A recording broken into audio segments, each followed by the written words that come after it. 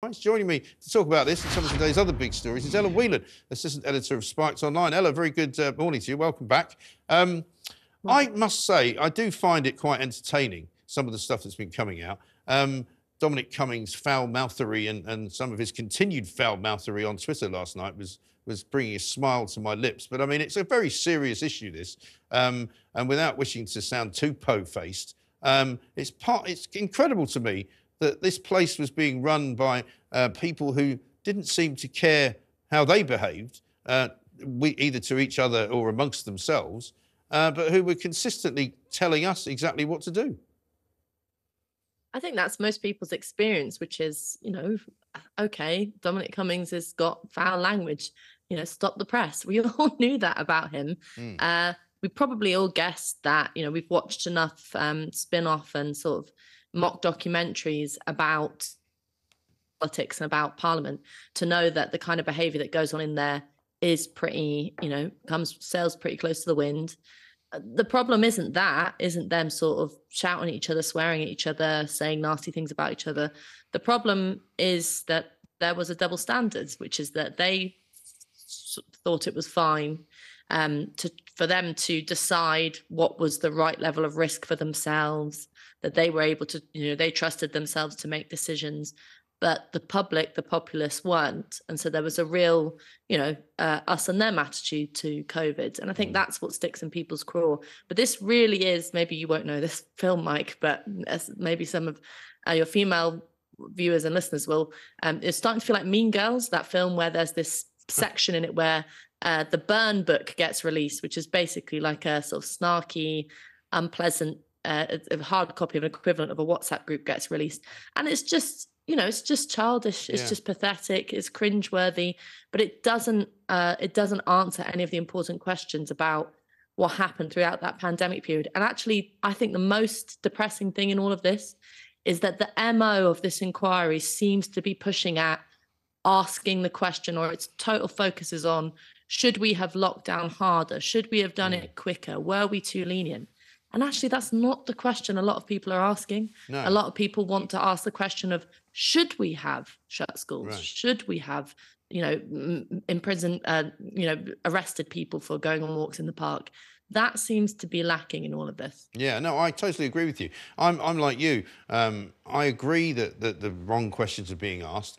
I agreed as well that the wrong questions were being asked at the time. When you switch on your television at 5 o'clock for the daily press conference with all the usual suspects, and it was always the same people who got to ask the questions, and it was always in the same order, and it was always about whether the lockdown was hard enough, whether they shouldn't have done more, whether they shouldn't have done it sooner, whether they shouldn't have done it for longer. And this sort of narrative that everybody in mainstream media companies seem to buy, I'm glad to say that we didn't at Talk Radio, was that this was all absolutely necessary to stop everybody from dying, and you remember very clearly at the beginning of it, we were being told all sorts of horrible things would happen if we didn't actually just stay inside the house.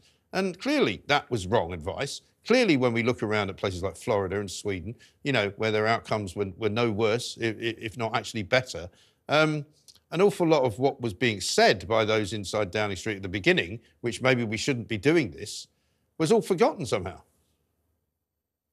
Yeah, isn't it ironic, or I don't know if that's the right word, but that a lot of those people in those press conferences, a lot of the media were themselves playing a bit fast and loose with the rules, as we later found out. So there was, there's a kind of cynicism to all of this, which I just really don't think is healthy for public life. But it's also the case that, look, I think, there are extremists on both sides, pro-lockdown, anti-lockdown. I think most people's experience was when this first hit the headlines, we were, panicked and frightened, and you thought, well, you sort of made a rough assessment of saying, if this is going to be a killer virus, I don't want grannies and granddads to die, so I'm going to follow the rules. And, you thought, okay, I will. I went and did deliveries of meals to vulnerable people, which I stopped doing when they made them vegan, because I thought that was far more cruel than it was, delivering people, isolated people, horrible vegan slop. But, everybody saw there was actually a positive sense of we're all in this together. We got to just get through this and we'll eradicate we'll get over it. But as the lockdown started to become multiple, as, people started to realize that schools were closed, kids weren't in being, spreaders and all these horrible things they were called. And yet old people were still dying in care homes. It just didn't make sense. And you realize that actually what was happening, in my opinion anyway, was the government kind of trying to sort of deflect blame and deflect responsibility by just shutting down public life rather than actually taking some hard decisions and giving some leadership. And none of that feels like it's going to come out in the inquiry. No. And I think your point about Mean Girls is a good one, because I've always seen Parliament and politics in general to be full of these kind of people, you know, petty, small-minded, bitchy, always trying to sort of stab each other in the back, try and get one over on one another. You know, somebody once described the House of Commons as like what school would be like if you didn't have any bullies. And I wonder, and I know that doesn't sound quite like the best things to have, but you know, I'm not suggesting we should have bullies. But actually, they've got the bullies because they've got the Whip's office where they kind of, you know, quite happy to bully people into behaving in a particular way or not saying anything that they shouldn't say. But it comes as no surprise to me. But it also, does it not shine a light then on why they're so out of touch on everything else? Why they can also walk into a building every day, talk amongst themselves, plan policy in all sorts of areas, like whether it's net zero, whether it's transport policy, whether it's HS2, whether it's immigration policy, and they haven't got a clue what, as you say, ordinary people think or care about. Well, I think it's that they haven't got a clue, but I also think it's that they aren't interested in finding out what your average voter cares about. I mean, the most heinous aspect of the lockdown period was the attack on democracy. You know, you had a government that had just sailed into a big election victory, riding on the back of the D word, you know, saying we're going to take Brexit seriously. We're the kind of the people's parliament. Right. You know, Boris Johnson giving it, quite convincingly, and convinced a lot of Labour voters to say this is going to be a government that takes people's issues seriously, and then just absolutely eradicated any public engagement whatsoever throughout that period. Not even a pretense of sort of trying to take the temperature of that's a terrible phrase to use throughout the COVID period, but, you know, try to get a sense of how people felt about this. No, I think it's very apt, because don't forget there was a time when people were having their temperatures taken. That was one of the things they did. Not so much here, but I know they did it in other parts of the world, where they would let you into a building after taking your temperature. I don't know about you, but I get a little bit of sort of, shiver runs through me when you're walking around, going to the shops, because some of the shops still have the signs are still around, and there are still, around Dalston where I live, there are still sort of faded markings on the street of sort of social distance. And there is, COVID did leave quite a lot of scars on us. I mean, part of the public gallery throughout this inquiry is filled with people whose, family members died and want answers for that. That's one side of it. There's also, a generation of parents who are dealing with kids who won't ever catch up educationally from being kept out of school, and who maybe have some quite serious social problems from being isolated. No question. I mean, I know you're... all of this stuff needs to be tackled. But I think, Mike, I'm not interested. I don't think anyone's interested anymore really in a blame game, because that ship has sailed. The thing that I care about is, if this happens next month, and actually there's whispers about COVID. I'm under the weather at the moment. Who knows if I've got COVID or not? But there's always this whisper as to whether or not COVID will return and whether or not we should lock down again. And my priority is to make sure that we don't repeat the mistakes of shutting down public life. I don't care who is to blame. I don't care if you're Team Cummings, Team Johnson, Team Sunak. Just make sure this doesn't happen again. Yeah. And I'm worried that it will happen again. Up until, 2020, we used to have flu epidemics every single year, which killed tens of thousands of people every single year, but never did we act like we did during the COVID campaigns, because it was seen to be something that was, I knew younger people who got flu and died, but mostly it was a disease that tended to catch older people. You could get a jab if you wanted one. There was no mass kind of direction that you must go and get your flu jab. We'd hear the odd advert, but you wouldn't suddenly go, oh no, I don't fancy it, I'm all right, thanks. You were treated like some kind of pariah if you didn't want to get vaccinated. And I've always been on the side of libertarianism here, that I never told anybody to get it. I never told anybody not to get it. If you wanted to do it, you went and did it. But, you're right. There are people who are in health care, particularly in this country and in government, who really liked telling everyone what to do and watching them do it.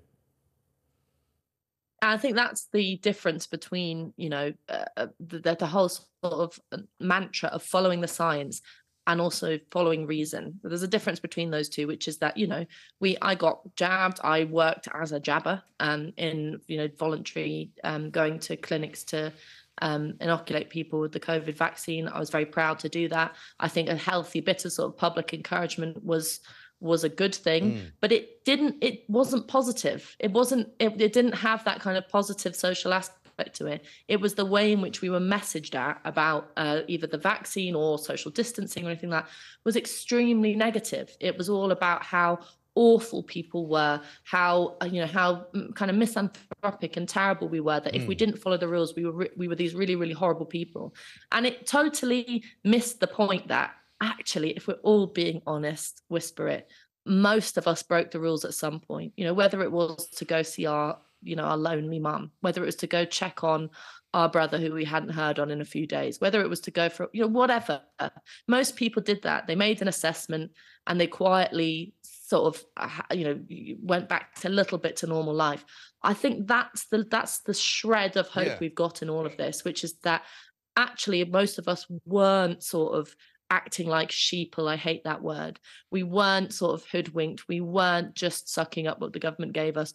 There was a little bit of sort of positive rebellion. And I think we should try and build on that and turn it into something, you know, meaningful about the importance of a public square, the importance of solidarity, the importance of social life, because, you know, these challenges are going to hit us again. Right. You know, a situation like that, like this isn't unique. No, but disappointingly as well, one of the things that didn't happen was that there wasn't really much opposition to what the government was doing. The only time you ever heard from Keir Starmer was when he said, oh no, you mustn't open the schools, because he was under the impression from the unions that they shouldn't do that because that would be unsafe. So he was kind of contributing in a way to a lack of opposition, to a lack of serious independent thought, or even to question what was being said.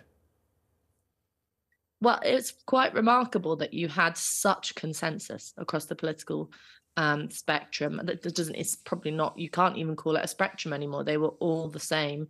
The only difference was that the Labour Party was, you know, its line of attack on the Conservatives was, you're not doing it quick enough, you're not doing it fast enough. And there was no, you know, the whole point of, if you are really following the science, then you are supposed to be able to question things. You are supposed to be able to, you know, scientific methods show that you're not doing anything right unless you constantly are skeptical about the outcomes. You're constantly questioning things. I mean, it's in the news today across some of the headlines that revealed that Boris Johnson asked whether or not COVID could be gotten rid of with a hairdryer up the nose or something like that. And everyone's kind of, ha ha ha, what an idiot. And yeah you might think that is pretty spectacularly stupid. On the other hand, I don't think that we should be celebrating a situation in which a government has no dissent, no questions, where there's no space for someone to stand up and say, I don't think we should go to war, or I don't think we should lock down, and do we really want to do this? And I think if the outcome of this inquiry is that there is less ability and space for our elected representatives to test out ideas and to ask questions and to maybe say the thing that no one wants to say, then that's a problem, because that kind of enforced consensus leads to dangerous ends. Yeah, well, it's rather ironic, I find, at the moment that many people on the left, and certainly in the Labour Party, who are being so critical of the way the government ran everything, didn't say anything at the time, didn't question anything, and went along with it, and in fact urged everybody to wear masks everywhere they went, and urged everybody to do what the government was telling them. So I'm not really buying any of their criticism.